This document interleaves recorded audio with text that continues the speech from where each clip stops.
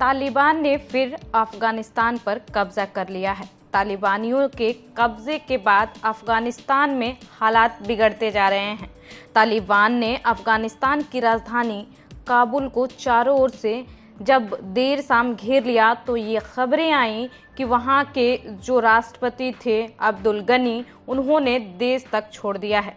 इन सब के बीच जो वहाँ के दृश्य उभर कर सामने आ रही है वो ये है कि अफगानिस्तान की राजधानी काबुल में हर तरफ डराने वाली तस्वीर सामने आ रही है। जिस तरह भारत में त्योहारों के समय ट्रेन में भीड़ देखी जाती है, कुछ वैसा ही नज़ारा आजकल काबुल एयरपोर्ट पर देखने को मिल रहा है।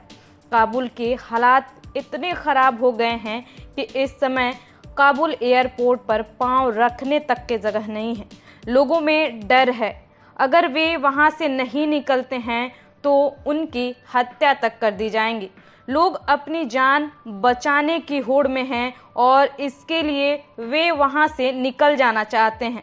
आमतौर पर इस तरह की परिस्थिति में लोगों की मदद के लिए कई एजेंसियां, कई NGO सामने आते ही रहते हैं, लेकिन आज का जो परिदृश्य अफगानिस्तान में उभर कर सामने आया है, इस परिदृश्य में वर्तमान में तालिबान का खौफ ऐसा है कि कोई संस्था, कोई NGO मदद करने के लिए आगे नहीं आए हैं। तालिबान के सामने मौजूदा सरकार ने घुटने तक टेक दिए। उस देश के लोग कर भी क्या सकते हैं जिनका राष्ट्रपति खुद जान बचाने के लिए किसी दूसरे देश के शरण में चला जाए। यह मानव इतिहास के सबसे बड़ी त्रासदी में से एक है, जिसे आज हम और आप अपनी आंखों के सामने घटते देख रहे हैं। वहाँ लोग फंसे हैं, हताश हैं, निराश हैं और परेशान हैं कि हम किस तरीके से अपनी जान को बचाएं। इस सब के बावजूद हम आपको कुछ और भी बताएंगे कि तालिबान क्या है और उसकी कमाई कहां से होती है। हालांकि इस बीच हम आपको बताते हैं कि तालिबान ने काबुल में प्रवेश करने के बाद सरकार से बिना शर्त आत्मसमर्पण करने को कहा। वहीं अफगान और विदेशी नागरिकों के युद्धग्रस्त देश से निकलने की होड़ लग गई। गनी के इस्तीफे के बाद अली अहमद जलाली को अंतरिम सरकार का नया प्रमुख बनाने की भी खबर है और उन्हें ही बनाया जाएगा, क्योंकि जलाली जो हैं तालिबान के एक प्रमुख चेहरा हैं और वे जर्मनी में अफगानिस्तान के राजदूत भी रह चुके हैं।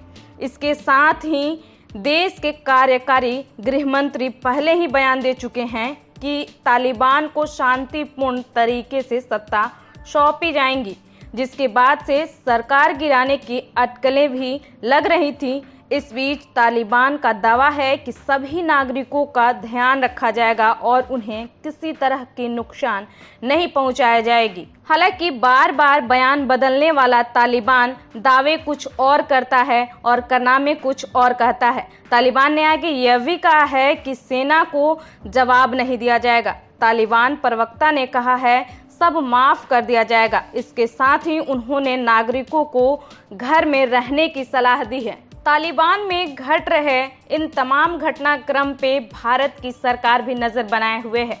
हो भी क्यों नहीं, क्योंकि पिछले कुछ सालों के अंतराल में भारत सरकार ने कई एक वहाँ पे इन्वेस्टमेंट भी किए थे, चाहे वो संसद की बात हो या फिर सड़क, शिक्षा या फिर अन्य व्यवस्थाओं की बात हो। इन तमाम चीज़ों में भारत सरकार ने एक इन्वेस्टमेंट किया था और वहाँ सहतूत बांध तक का भी निर्माण कराया था, जो अफगानिस्तानियों के लिए काफ़ी मददगार साबित हुआ।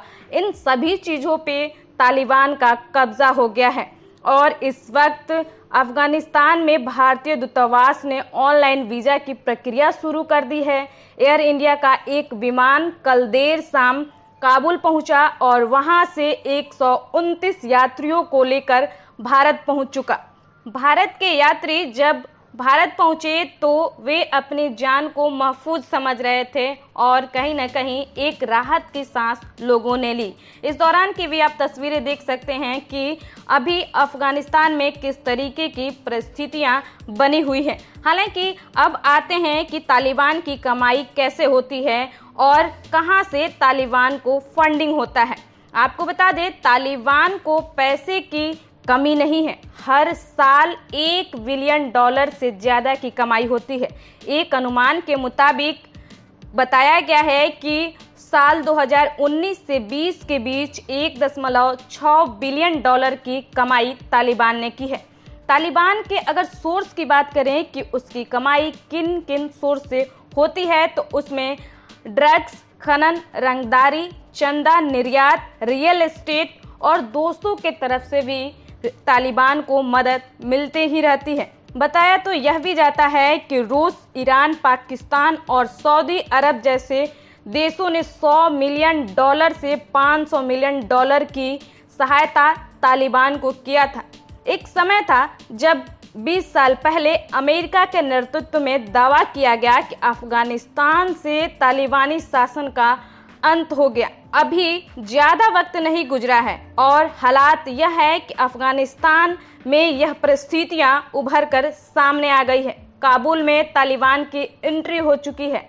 एक डर जो मन में कहीं छिपा बैठा था वो उभर कर सामने आ गया है।